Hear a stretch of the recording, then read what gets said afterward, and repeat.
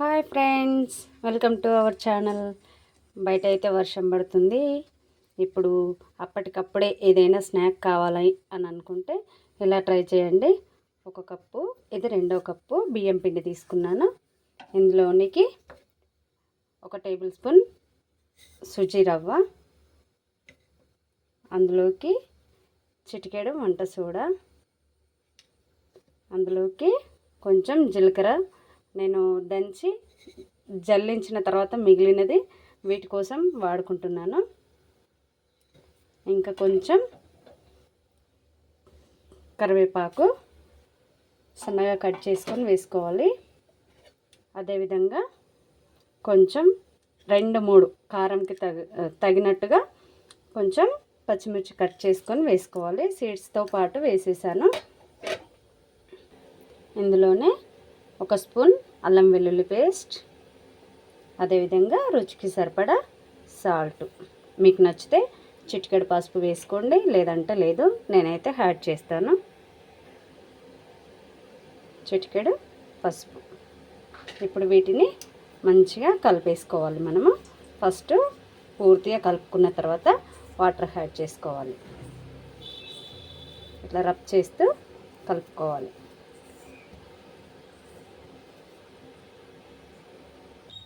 ఇలా కలుపుకున్న దాంట్లో వాటర్ కొద్దిగా వాటర్ యాడ్ చేస్తూ మనకు గరిటె జారుడుగా కలుపుకోవాలి.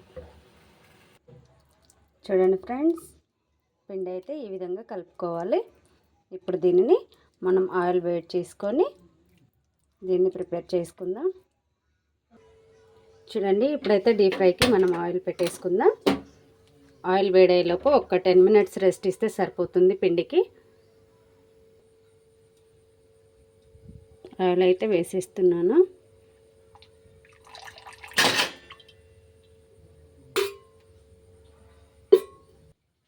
ఆయిల్ వేడైందేమో చెక్ చేద్దాం ఫ్రెండ్స్.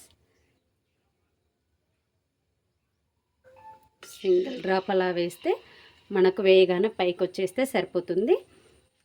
ఇప్పుడు ఒకసారి పిండి మొత్తాన్ని కలుపుకొని ఒక చిన్న స్పూన్ తీసుకొని దాంతో వేసేసుకుందాం.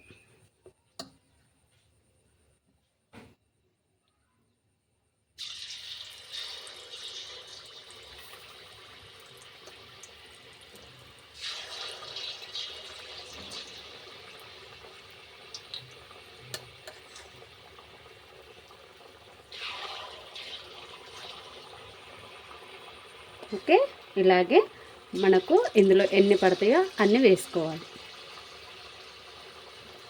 గరిటెని కొంచెం అడుగు తూడవండి గిన్నెకి, ఇలా అంటే ఎక్స్ట్రా రాదు.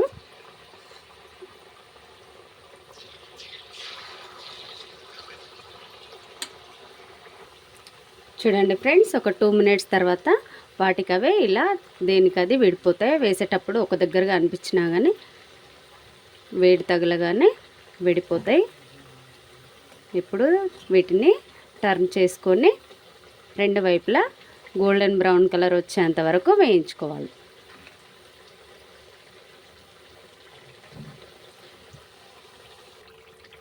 చూడండి ఫ్రెండ్స్, ఈ ఫ్రై అయిపోతున్నాయంటే మనకి ఆయిల్లోనే బబుల్స్ అయితే ఇలా ఆవిరైపోతాయండి. ఆయిల్ బబుల్స్ అన్నీ తగ్గిపోయిన తర్వాత మనం వీటిని మళ్ళీ రిటర్న్ చేసుకొని తీసేసుకోవడమే. చూడండి, గోల్డెన్ బ్రౌన్ కలర్ వచ్చేసినాయి కదా. ఈ విధంగా వచ్చేంత వరకు ఫ్రై చేసుకొని తీసేసుకోవాలి. చూడండి, సౌండ్ కూడా ఎంత క్రిస్పీగా క్రంచీగా వినిపిస్తుంది కదా. ఇలాగా ఇప్పుడైతే వీటిని తీసేసుకుందాం.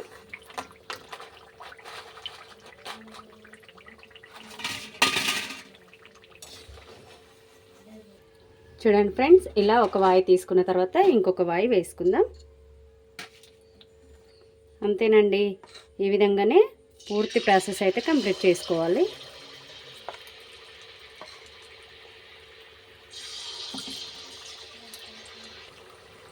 చూడండి ఫ్రెండ్స్, ఇప్పుడు రెండవ వాయి కూడా కంప్లీట్ అయిపోయింది. వీటిని కూడా తీసేసుకుందాం. చూడండి, సౌండ్ ఎలా వినిపిస్తుంది. ఈవెన్గా ఫ్రై కావాలంటే మీడియం ఫ్లేమ్లో పెట్టుకొని ఫ్రై చేసుకోవాలి. ఓకే ఫ్రెండ్స్, మీకు కనుక ఈ వీడియో నచ్చినట్లయితే లైక్ చేయండి, షేర్ చేయండి, సబ్స్క్రైబ్ చేసుకోండి ఫ్రెండ్స్. నేను మిగతావన్నీ చేసేస్తాను. Okay, bye.